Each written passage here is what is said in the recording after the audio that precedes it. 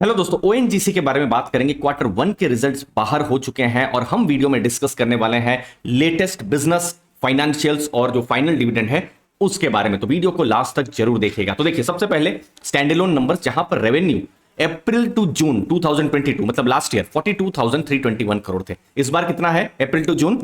33,814 करोड़। तो रेवेन्यू यहां पर कम हुए हैं। प्रॉफिट्स की डिस्कशन कर लेते हैं। तो देखिए, प्रॉफिट लास्ट ईयर 15,206 करोड़ थे और इस बार स्टैंड अलोन प्रॉफिट कितना है? 10,015 करोड़। मतलब रेवेन्यू और प्रॉफिट यहां पर कम हुआ है। इसको भी हमको समझना है, जो थोड़ी देर में हम समझेंगे। अब देखिए, ओएनजीसी एक oil and gas exploration company है, जिसे अपस्ट्रीम कंपनीज भी कहा जाता है। मतलब ये तेल को और जो गैस है उनको खोजते हैं। पिछले साल चूंकि जब रशिया यूक्रेन की जब लड़ाई हुई थी, उस समय में एक ग्लोबल लेवल पर कमोडिटी प्राइसेस बहुत ज्यादा बढ़ गए थे। जो तेल का जो प्राइस है वो बहुत ज्यादा बढ़ गया था। तो उससे क्या हुआ था, जो रियलाइजेशन हो रहा था, जैसे कि अगर उनको एक बैरल अगर तेल बेचना है तो वो 8,385 रुपीज कमा रहे थे। पर बैरल रियलाइजेशन $108.55 के आसपास में हो रहा था, क्योंकि तेल के प्राइसेस बहुत ज्यादा बढ़ गए थे। तो सुपर नॉर्मल जैसा प्रॉफिट हुआ था। तो इनफैक्ट पिछले साल का जो प्रॉफिट था वो एक सुपर नॉर्मल प्रॉफिट था, जो कि हर साल नहीं होता है। अब देखेंगे एक साल के बाद कि अब तेल के प्राइस धीरे धीरे कम हुए हैं। अब तो वो $110-120 के आसपास का लेवल नहीं है। अब हम कुछ देखते हैं 70-80 उसके आसपास ही तेल का प्राइस रहता है। अब गवर्नमेंट ने भी कुछ विंडफॉल टैक्स लगाया हुआ है, तो उससे क्या हुआ है, जो नेट रियलाइजेशन है वो 76.49 हो गया है। मतलब लास्ट ईयर के कंपैरिजन में रियलाइजेशन कम हुआ है। गैस की जब हम बात कर रहे हैं तो रियलाइजेशन लास्ट ईयर $6.1 MMBTU था, इस बार थोड़ा सा बढ़ा है $6.71 MMBTU। लेकिन मोस्टली इनका क्रूड का जो है मेन बिजनेस है, तो जिसकी वजह से हमको प्रॉफिट थोड़ा सा कम हमको देखने को मिले हैं। अब दूसरी चीज है, रियलाइजेशन के बारे में हमने बात किया है। नेक्स्ट है प्रोडक्शन का डेटा। अब सबसे अगर कोई भविष्य का अगर कोई ट्रिगर है बिजनेस को लेकर, वो है प्रोडक्शन। अब देखिए, ये टोटल क्रूड ऑयल का प्रोडक्शन का डेटा है। अगर आप ईयर ऑन ईयर देखेंगे तो ये 3.3% ये कम हुआ है। मतलब पिछले साल अप्रैल टू जून जितना उन्होंने प्रोड्यूस किया था क्रूड, इस बार कम किया है। गैस की भी जब हम बात कर रहे हैं तो ये भी 3% कम हुआ है। और ऐसा नहीं है कि ये सिर्फ ईयर ऑन ईयर कम हो रहा है। हम पिछले कुछ सालों से जो क्वार्टर ऑन क्वार्टर हम एक ट्रेंड ही देख रहे हैं कि ओएनजीसी का जो क्रूड प्रोडक्शन है वो धीरे धीरे करके कम हो रहा है। 2-3 साल पहले और ज्यादा होता था, अभी उतना नहीं हो रहा है।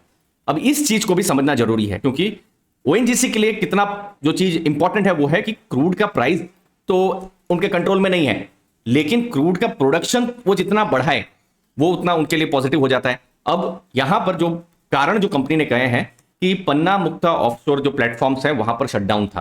फिर आपको याद होगा कुछ महीनों पहले साइक्लोन बिपरजॉय आया था, जिसके कारण से इंपैक्ट कर पड़ा था, खासकर जो भारत के वेस्टर्न साइड है वहां पर। तो वहां की ऑयल जो फील्ड से वहां पर इंपैक्ट पड़ा था। सदर्न इंडिया में पाइपलाइन में लीकेज था। तो कंपनी ने ये सब रीजन कहे हैं जिसके कारण से जो उनका ऑयल प्रोडक्शन में नेगेटिव इंपैक्ट आया हुआ है। अब भविष्य में अगर कोई बड़ी एक्सपेक्टेशन है ओएनजीसी से कि जो केजी बेसिन है, कृष्णा गोदावरी बेसिन है, वहां पर प्रोडक्शन शुरू होना, क्योंकि वो प्रोडक्शन शुरू होगा तो अभी जो हम देख रहे हैं कि जो ऑयल प्रोडक्शन गिर रहा है वो कम हो सकता है और फिर से ऑयल प्रोडक्शन इंक्रीज या फिर बढ़ सकता है। अब ये कब होगा, ये एक्सपेक्टेड एक्चुअली में यही अगस्त सितंबर इसी समय में था, लेकिन अभी ऐसा लग रहा है जो हमने कुछ जगह में जो स्टडी किया है उससे कि ये क्वार्टर 3 में शुरू होगा, अक्टूबर नवंबर दिसंबर उस समय में। तो इसीलिए अगले कुछ महीने बहुत ही इंपॉर्टेंट होने वाले हैं और यही इंपॉर्टेंट जो बिजनेस ट्रिगर है वो होने वाला है। क्योंकि अगर जो क्रूड का जो प्रोडक्शन जो गिर रहा है, अगर उसको कोई अब बचा सकता है तो वो है नया जो प्रोडक्शन है वो होना। तो वो एक इंपॉर्टेंट रहेगा आने वाले कुछ क्वार्टर्स में देखना, और ये एक बड़ा ट्रिगर होने वाला है। अब बात करेंगे वैल्यूएशंस की। ओएनजीसी का अगर आप करंट प्राइस देखेंगे 178, मार्केट कैप 2.23 लाख करोड़ की है। मतलब ये एक लार्ज कैप की कंपनी है और इंडिया की टॉप कंपनियों में इनका नाम है। पीई रेशियो 5.57 का है। प्राइस टू बुक देखेंगे तो 0.80 है। तो वैल्यूएशन में हम प्राइस टू बुक को ही यहां पर एनालिसिस कर लेते हैं। तो ये 5 ईयर का डेटा मैं आपके सामने बाहर कर रहा हूं और 5 ईयर में उनको प्राइस टू बुक क्या मिला है, 0.7 का मिला है। 10 ईयर का मैं डेटा देखता हूं तो ओएनजीसी को प्राइस टू बुक मिला है 1 के आसपास। अभी कितना है, 0.8 के आसपास में है। मतलब अगर आप बहुत लॉन्ग टर्म के बारे में बात करेंगे तो ओएनजीसी का थोड़ा सा प्राइस टू बुक के हिसाब से थोड़ा सा डी रेटिंग हुआ है। इनफैक्ट एक ऐसा भी टाइम था खासकर 2014 में जहां प्राइस टू बुक 2.4 का भी उनको मिला हुआ था। तो पिछले कुछ सालों में ओएनजीसी की डी रेटिंग हुई है। अब री रेटिंग होना है, एटलीस्ट थोड़ा सा ज्यादा प्राइस टू बुक उनको मिले, तो वो इंपॉर्टेंट है। देखिए, प्रॉफिट्स तो कर रहे हैं बट कुछ चीजें उनके भी कंट्रोल में नहीं है, जैसे कि क्रूड का प्राइस, अपस्ट्रीम का क्या प्राइस रहता है वो कंट्रोल में नहीं। लेकिन अगर जो प्रोडक्शन है वो बढ़ जाता है तो वो बहुत ही इंपॉर्टेंट यहां पर हो सकता है। तो वैल्यूएशन को लेकर यहां कंफर्ट है, लेकिन यहां पर एक अनसर्टेनिटी क्या है, क्रूड का नया प्रोडक्शन बढ़ना, वो हमको देखना है। अब जो दूसरी जो चीज है वो भी थोड़ी सी अनसर्टेनिटी है, इनफैक्ट वो हर 15 दिन की अनसर्टेनिटी आ गई है, वो है विंडफॉल टैक्स। हर 15 दिन में हो रहा है। पिछले साल जुलाई से गवर्नमेंट ने शुरू किया था, क्योंकि आपने देखा जैसे $108 के आसपास में उन्होंने पिछले साल जो उन्होंने रियलाइजेशन किया था, जो कि सुपर नॉर्मल प्रॉफिट था, तो गवर्नमेंट ने कहा आप इतना कमा रहे हैं तो हम इस पर विंडफॉल टैक्स लगाते हैं। दुनिया के दूसरे देशों ने भी विंडफॉल टैक्स लगाया हुआ है कि ऑयल कंपनीज इतना कमा रही है क्योंकि क्रूड का प्राइस बहुत ज्यादा है, तो ये जो विंडफॉल टैक्स की वजह से जो उनके नेट रियलाइजेशन है, माफ कीजिएगा रियलाइजेशन की स्पेलिंग मैंने गलत लिखी है, बट रियलाइजेशन थोड़ा सा इंपैक्ट यहां पर हो जा रहा था। तो लेकिन फिर भी इतना समझ में आ रहा है जो हमारे ऑलमोस्ट 1 साल के एक्सपीरियंस से कि गवर्नमेंट अराउंड $70 के आसपास में रियलाइजेशन अलाउ कर रही है। ये हमारा पिछले कुछ महीनों का एक्सपीरियंस है, जो कि एक स्ट्रांग रियलाइजेशन है। अगर आप कोविड से पहले देखेंगे 2000 इनफैक्ट 17, 18, 19 जब क्रूड के प्राइसेस उतने ज्यादा नहीं थे तो इससे भी कम रियलाइजेशन होते थे, तो उसके हिसाब से आप देखेंगे कि रियलाइजेशन यहां पर मजबूत है। डिविडेंड, फाइनल डिविडेंड 50 पैसे का यहां पर ओएनजीसी की तरफ से है। अगस्त 18 शुक्रवार फ्राइडे का दिन है जो एक्स डिविडेंड डेट होने वाली है। पेमेंट कब होगा इस 50 पैसे का डिविडेंड का, यहां ध्यान रखिएगा, एजीएम उनकी अगस्त 29 को होने वाली है, तो एजीएम के 30 डेज के अंदर में पेमेंट हो जाएगा जो भी एलिजिबल शेयर होल्डर्स हैं। अब पूरे फाइनेंशियल ईयर 23 का अगर आप डिविडेंड देखेंगे तो कैसा डिविडेंड था, तो देखिए 3 बार डिविडेंड आया है, एक बार ₹6.75, एक बार ₹4 और एक बार 50 पैसा। ये 50 पैसा अभी का फाइनल डिविडेंड, तो टोटल कितना डिविडेंड हो रहा है, ₹11.25 का पूरे फाइनेंशियल ईयर में डिविडेंड हो रहा है।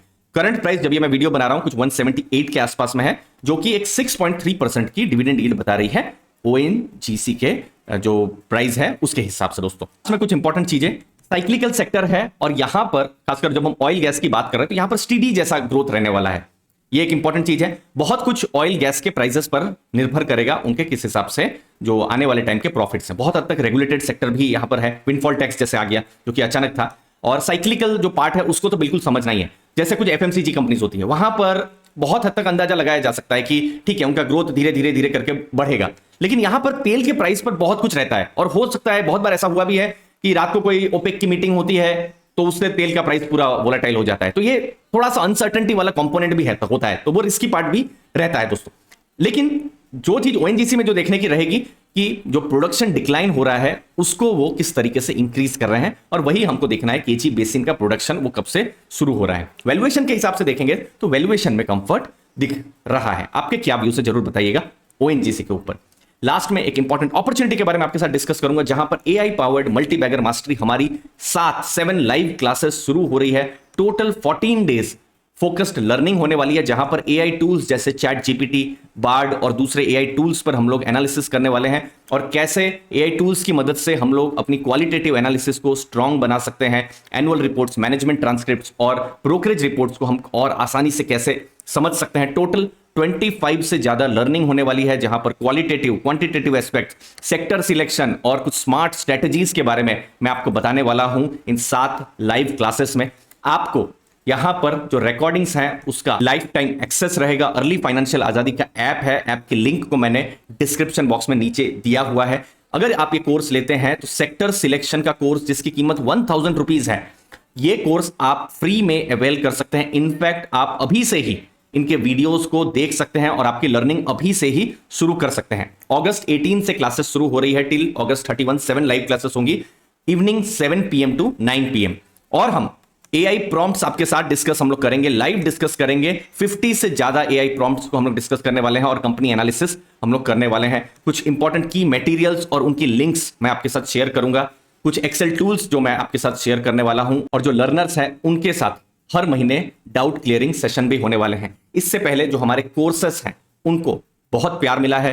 कुछ अलग अलग प्लेटफॉर्म्स में भी मैंने बहुत सारी क्लासेस ली है, मुझे बहुत ही अच्छे रिस्पॉन्स मिले हैं, बहुत ही प्यार मिला है। मुझे उम्मीद है आपको भी वैल्यू जरूर मिलेगी। अर्ली फाइनेंशियल आजादी के लेटेस्ट कोर्स जहां पर एआई पावर्ड मल्टीबैगर मास्टरी पर हमारा फोकस है। धन्यवाद आपके कीमती समय के लिए। थैंक यू दोस्तों।